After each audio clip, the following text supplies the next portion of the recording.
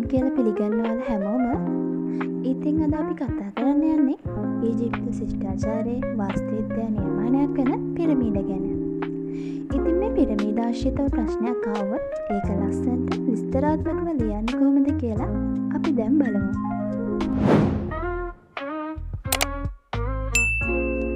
පිරමීඩ නැතහොත් සොහොන් නිර්මාණ ඔවුන්ගේ අරුම පුදුම නිර්මාණ වශයෙන් සැලකේ. මරණයෙන් මතු ජීවිතය පිළිබඳව ඔවුන් සතුව තිබූ දැඩි විශ්වාසය වෙනුවෙන් මළසිරුරු නැතහොත් මවී තැන්පත් කිරීම සඳහා සොහොන් ගෙවල් නිර්මාණය කරන ලදී.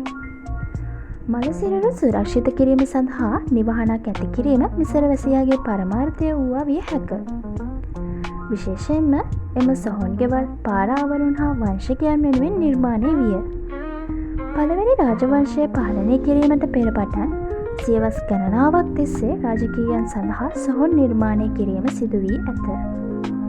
මෙම සොහොන් නිර්මාණ පළමුව පස් ගොඩලි, මස්ටබා, ස්ටෙප් පිරමීඩ, මහා පිරමීඩ, වක ගැසෙනු පිරමීඩ හා උමන් සොහොන් ගෙවල් සහිත නිර්මාණ ලෙස විකාශනය හඳුනාගත හැක. ඒ ඡායාරූපයක් මෙලෙස දක්වා තිබේ. මෙහි දැක්වෙන්නේ මස්ටබා කිහිපයක ආකෘතියකි. මුල්යුගයේ මිසර වැසියෝ මළමිනිය වලලා ඒ මත පස්, ගල්, අතුරුගිරි දමා වැසූහ. පසුව මෙම ගොඩල්ලේ මූලික ස්වරූපය සහිතව මස්ටබා නම් ලෙස හඳුන්වන ගොඩනැගිල්ල නිර්මාණය කිරීම සිදුවේ. ඒ අනුව පළමුවැනි රාජවංශය ඊජිප්තුව පාලනය කිරීමට පෙර පටන් සියවස් ගණනක් තිස්සේ රාජකීයන් සඳහා මස්ටබා නම් සොහොන් නිර්මාණය ඉදිකිරීම පැවතිණි.